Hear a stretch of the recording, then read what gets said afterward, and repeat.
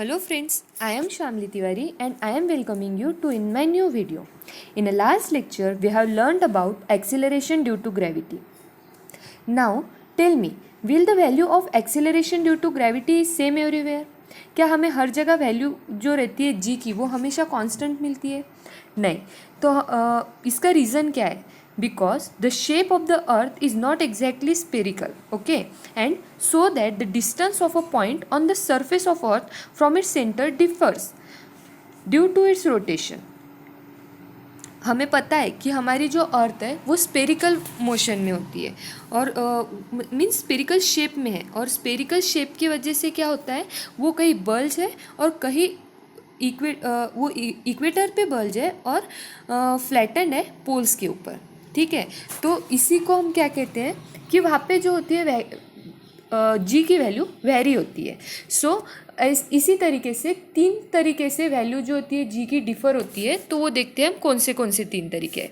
First is variation with latitude, second one is variation of acceleration due to gravity with altitude, and the third and the last one is the variation of acceleration due to gravity with depth. Okay, now we will move towards the variation with latitude. Very firstly, we know the relation between capital G and small g, where capital G is nothing but the universal gravitational constant and small g is the acceleration due to gravity. यही हमने इसके पहले वाले lecture में भी पढ़ा था, उनके रिलेशंस कैसे होते हैं उसके बारे में. तो आज हम यहाँ पे डायरेक्टली ये बता सकते हैं कि small g is equal to what, capital g into capital M upon R square. Means small g is directly proportional to inversely proportional to what, R square. Inversely proportional अगर acceleration due to gravity R square को होता है, इसका ही मतलब क्या है, जैसे हमें पहले से पता है कि इक्वेटर के ऊपर हमने अभी भी बताया था कि अर्थ जो होती है वो बल्ज होती है, और इक्वेटर के ऊपर बल्ज होने की वजह से रेडियस वहाँ पे क्या होती है, मैक्सिमम होती है.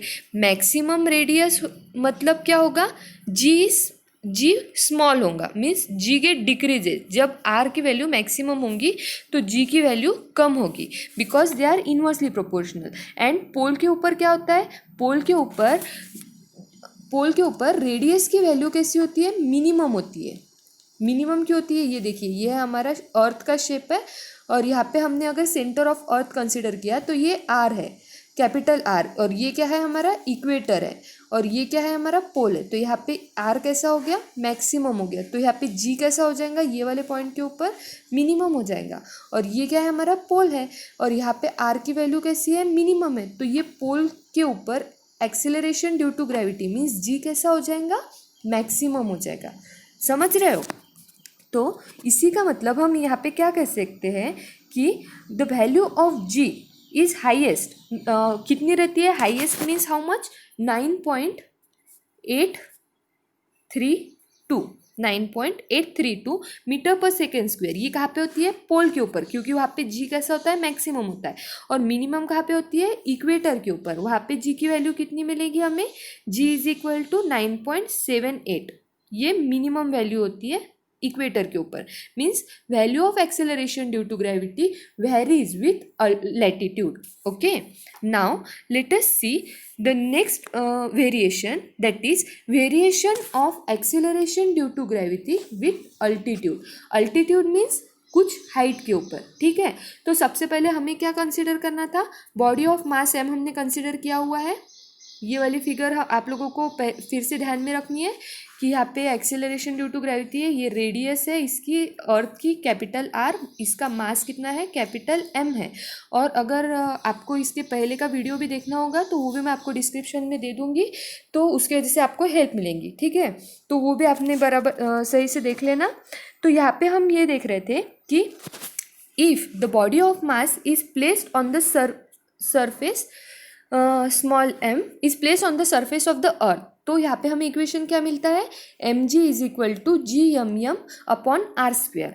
और अगर मैं यही मास को थोड़ा बॉडी सरफेस के ऊपर लेके जाती हूँ, मीन्स ये वाला डिस्टेंस कितना हो गया, हाइट कितनी हो गई उसकी, वो मास की, स्मॉल एम की, at height h, at height h पे मैं जब लेके जाती हूँ तो हमें इक्वेशन क्या मिलता है एक्सीलरेशन ड्यू टू ग्रेविटी के लिए, यम g dash is equal to g m m upon r plus h. Here हमने पिछले वाले वीडियो में ये बताया था कि जी डैश ही क्या है, जी एच है, means height at acceleration due to gravity at height है। तो यहाँ पे g dash is equal to g h है, क्योंकि हमने यहाँ पे जी डैश बताया है इसलिए आपको बता दूँ। और उसके बाद में यहाँ पे आर प्लस एच को हमने पिछले इक्वेशन में पिछले वीडियो में स्मॉल आर कहा था। तो ये टोटल हाइट मीन्स कितनी हो गई, r plus h means small r है, ठीक है। तो इसी के हेल्प से हम क्या कह सकते हैं कि if the value of r increases, अगर ये वैल्यू आर की इंक्रीज हो रही है, यहाँ पे फिर से हमें ये बात ध्यान में रखनी है कि जी डैश, अब हमारे पास में new acceleration due to gravity क्या है, क्योंकि हम अल्टीट्यूड के ऊपर है तो new acceleration due to gravity है हमारे पास में जी डैश। और यही किसको प्रोपोर्शनल है, it is inversely proportional to r plus h whole square को प्रोपोर्शनल है। मीन्स इसको अगर मैं स्मॉल आर बोलूँ तो आर स्क्वेयर को प्रोपोर्शनल है। मीन्स अगर मेरा आर मैक्सिमम है तो मेरी जी की वैल्यू क्या होंगी, मिनिमम होंगी, means it get very less. अगर मेरी आर की वैल्यू मिनिमम है तो मेरी जी की वैल्यू क्या होंगी, मैक्सिमम होंगी। ऐसा क्यों, because they are inversely proportional from this equation. Okay, so for example अगर मैं एक एग्जाम्पल कंसिडर करूँ, सबसे पहले तो हमें ये याद रखना है कि रेडियस ऑफ अर्थ कितनी होती है, 6400 किलोमीटर होती है। और एक प्लेन है जो हमारे अर्थ के सरफेस के ऊपर से, ठीक है, फिर से एक बार मैं यहाँ पे अर्थ बना देती हूँ, ये अर्थ है और अर्थ के सरफेस के ऊपर से 10 किलोमीटर पे, only how much, 10 kilometre, 10 kilometre पे एक एरोप्लेन फ्लाई कर रहा है।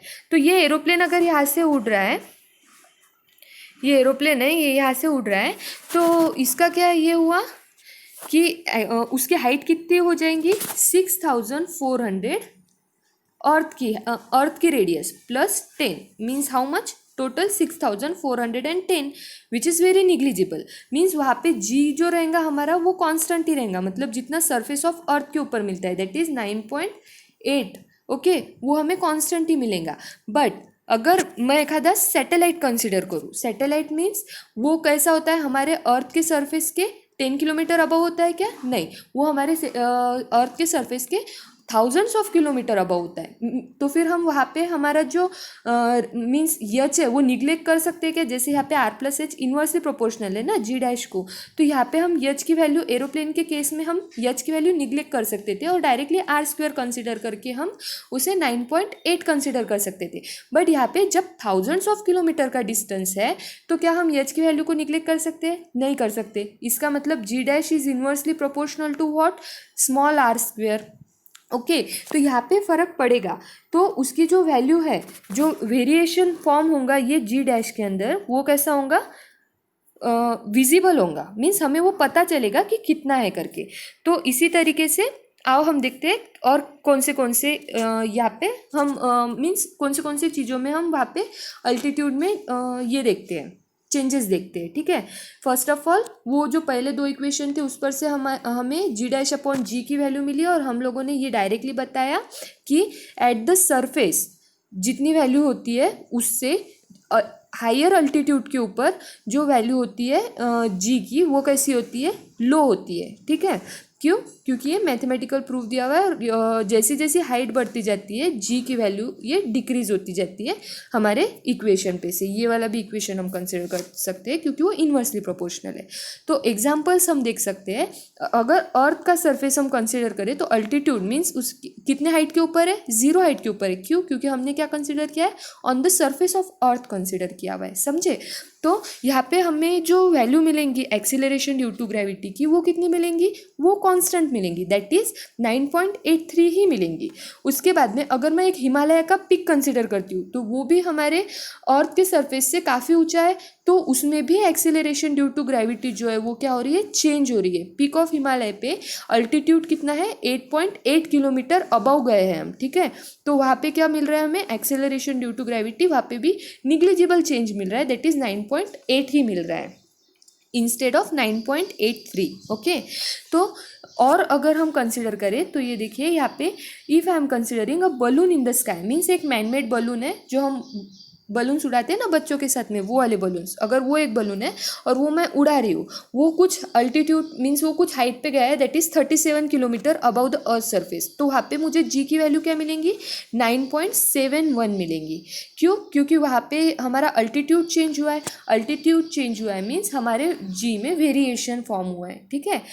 उसी तरीके से जैसे हमने अभी अभी एग्जांपल बताया था, कम्युनिकेशन सैटेलाइट में भी एक्सीलरेशन ड्यू टू ग्रेविटी की जो वैल्यू है वो क्या होगी, चेंज होगी। और यहाँ पे एक्सीलरेशन ड्यू टू की वैल्यू इतनी चेंज होंगी, क्यों?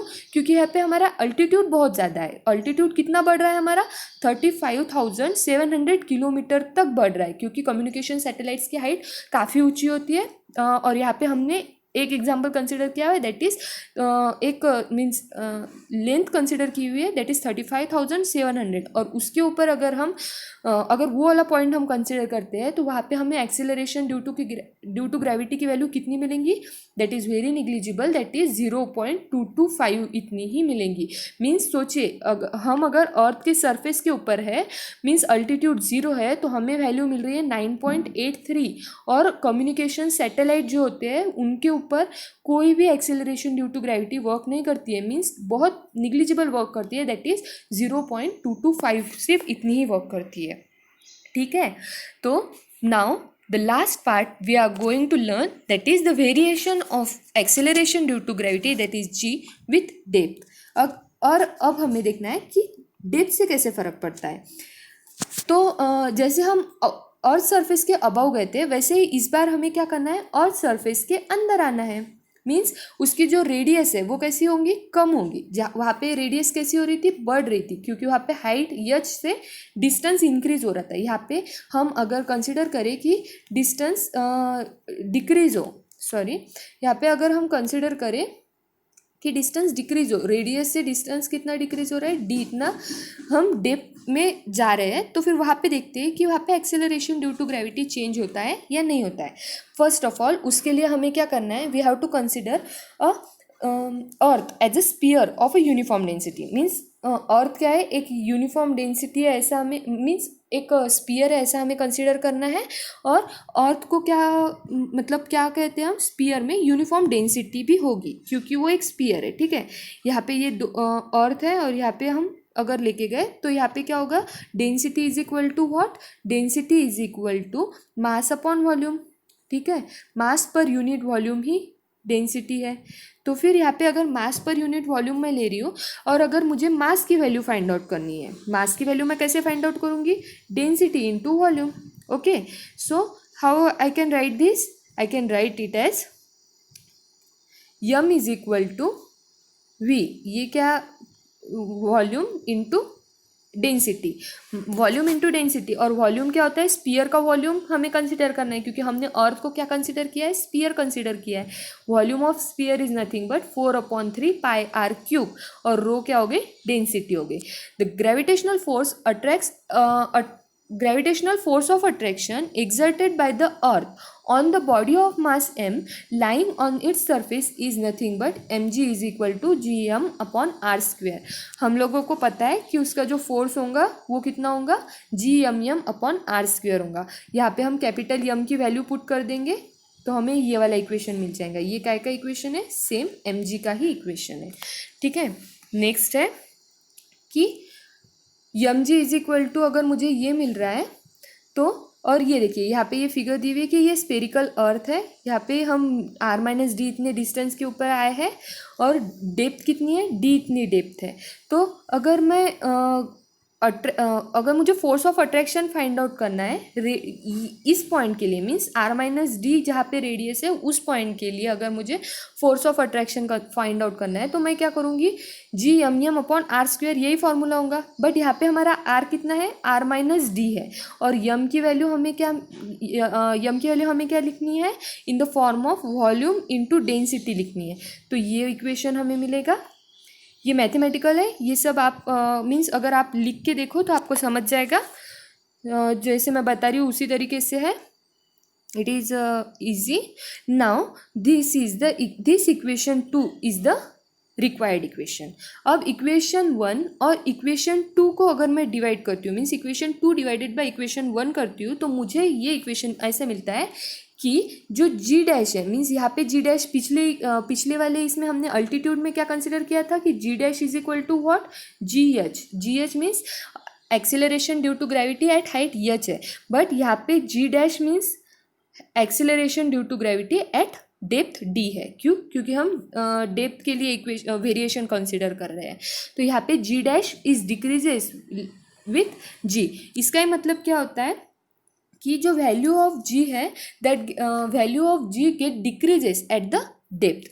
अगर हमें ये प्रूव करना रहा तो ये हम इस फिगर पे से आप लोगों को बता सकते हैं कि let us see this figure here in this inside the earth surface means जब डेप्थ के लिए हमने देखा तो g dash is less than g बताया हुआ है, ठीक है। तो ये g dash is less than g means inside the earth surface acceleration due to gravity की वैल्यू कैसी होती है, डिक्रीज होती है। और जैसे जैसे हम ऊपर आते हैं एक्सीलरेशन ड्यू टू ग्रेविटी की वैल्यू कैसी होती जाती है, इंक्रीज होती जाती है। और at the surface of height हमें जी की वैल्यू इतनी मिलती है, मीन्स मैक्सिमम पॉइंट पे जितनी होंगी उतनी। और जैसे जैसे हम हाइट के ऊपर जाते हैं, मीन्स जैसे जैसे हम अल्टीट्यूड के बारे में स्टडी करते हैं, जैसे जैसे हम अबव द अर्थ सरफेस जाते हैं, हमारी जो एक्सेलरेशन ड्यू टू ग्रेविटी की जो वैल्यू है वो क्या होती है, डिक्रीज होती जाती है। वहाँ पे भी क्या होता है, g dash is less than g ही होता है, ठीक है। So in this way we have learned about the variation of acceleration due to gravity according to the depth and the height and on the earth surface, okay, that is on the with the help of latitude. Thank you.